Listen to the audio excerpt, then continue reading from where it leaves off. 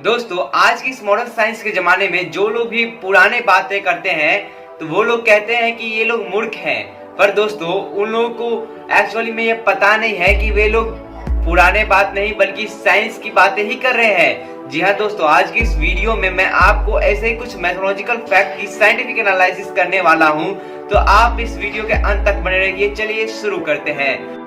पहला mythological fact ये है कि खाना खाते समय पलथी मारकर बैठना चाहिए। जी हाँ दोस्तों, ये तो था मैथोलॉजिकल फैक्ट।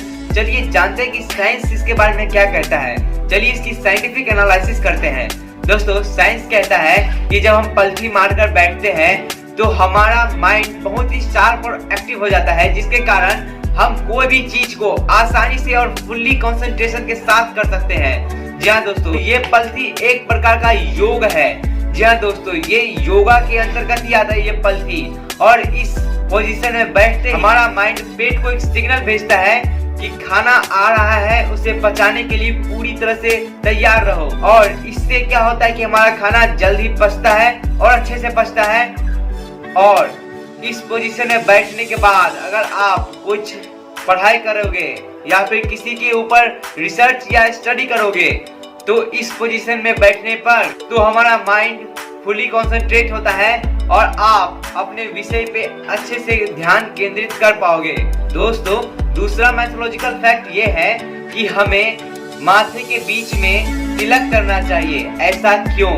चलिए जानते हैं कि साइंस इसके बारे में क्या कहता है। इसकी भी साइंटिफिक एनालिसिस कर लिया जाए। तो दोस्तों साइंस ये कहता है कि हमारे आंखों के बीच में जो माथा है, जहाँ पे आईब्रो है, उसके बीच में जब कोई तिलक करता है तो वहाँ पे जो अंगूठे से जो प्रेशर बनता है उससे होता ये है कि यहाँ पे जो नर्व्स जो ब्लड सप्लाई करते हैं हमारे फेस में, वहाँ पे एक्यूप्रेशर क्रिएट होता है और अच्छे से ब्लड सप्लाई हो पाता है और इससे सभी फेशियल सेल को अच्छे से नरिशमेंट मिल पाता है ब्लड के थ्रू। तो दोस्तों इसका दूसरा साइंटिफिक एनालिसिस भी ये है कि जब हम तिलक करते हैं चंदन का, खासकर चंदन का, तो हमारा त्वचा भी अच्छा रहता है, बल्कि चंदन हमारे त्वचा के लिए अच्छा है, ये आप जानते ही होंगे। और हमारा ब्रेन भी शीतलता रहता है, मतलब ब्रेन भी ठंडा रहता है चंदन के कारण। तो दोस्तों चलिए आप बढ़ते हैं तीसरे मैथोलॉजिकल फैक्ट पर। तो दोस्तों तीसरा मैथोलॉजिकल फैक्ट ये है कि लोग कान क्यों छिदवाते हैं। जी हाँ दोस्तों, चलिए इसका साइंटिफिक एनालिसिस करते हैं और जानते हैं इसके पीछे का साइंस। तो दोस्तों साइंस की माने तो साइंस ये कहता है कि जब हम कान छिदवाते हैं तो वहां से जो नस हमारे ब्रेन तक जाती है, वहां पे ब्लड प्रेशर कंट्रोल में रहता है और जिसका कान छिदवाया गया है उसका वॉइस बोली मधुर हो जाती है, उसके बोली में मधुरता आती है। जी हाँ दोस्तों चौथा मैथोलॉजिकल फैक्ट ये है कि हम लोग हाथ जोड़कर नमस्ते क्यों करते हैं। तो दोस्तों आजकल ये हाथ जोड़कर नमस्ते करना ये आजकल का ट्रेंड बन चुका है, क्योंकि कोरोना वायरस के कारण आज ये सभी को फॉलो करना पड़ रहा है हमारे भारतीय संस्कृति को। तो चलिए दोस्तों आप जानते हैं इसके पीछे का साइंस और करते हैं इसका साइंटिफिक एनालिसिस। तो दोस्तों जब हम हाथ जोड़ते हैं और जब हमारे सभी उंगलियां एक दूसरे पर जब दबाव डालती है तो उसके कारण एक्यूप्रेशर होता है और हम सामने वाले व्यक्ति को लंबे समय तक याद रख पाते हैं, क्योंकि जब हमारे पांचों उंगलियां एक साथ कांटेक्ट में आती है तो उससे जो एक्यूप्रेशर बनता है वो डायरेक्ट हमारे आंख, कान और दिमाग पर डायरेक्ट असर करता है और जिससे हम सामने वाले को एक लंबे समय तक याद रख सकते हैं। और दोस्तों दूसरा तर्क ये भी है कि बिना एक दूसरे के कांटेक्ट में आए हुए ही हम लोग उसे नमस्कार प्रणाम कर लेते हैं, उसे सैल्यूटेशन कर देते हैं। पर दोस्तों वेस्टर्न कल्चर में होता ये है कि हम लोग हाथ मिलाकर handshake, good morning, good evening करते हैं और इससे फिजिकल कांटेक्ट होता है और इससे बीमारियों का आदान प्रदान, जिसे हम लोग कहते हैं ना कि कोरोना वायरस फैल गया है, उसी कारण। जी हाँ दोस्तों ध्यान रखना, हैंडशेक, नमस्ते। तो दोस्तों चलिए अब समय आ गया आखिरी मैथोलॉजिकल फैक्ट का साइंटिफिक एनालिसिस करना। तो दोस्तों आखिरी मैथोलॉजिकल फैक्ट ये है कि हम खाना स्टार्ट करते समय तीखा क्यों खाते हैं और खाना को अंत मतलब कि एंड में हम स्वीट भोजन क्यों करते हैं, जैसे दही हो गया, ये सब दही चीनी।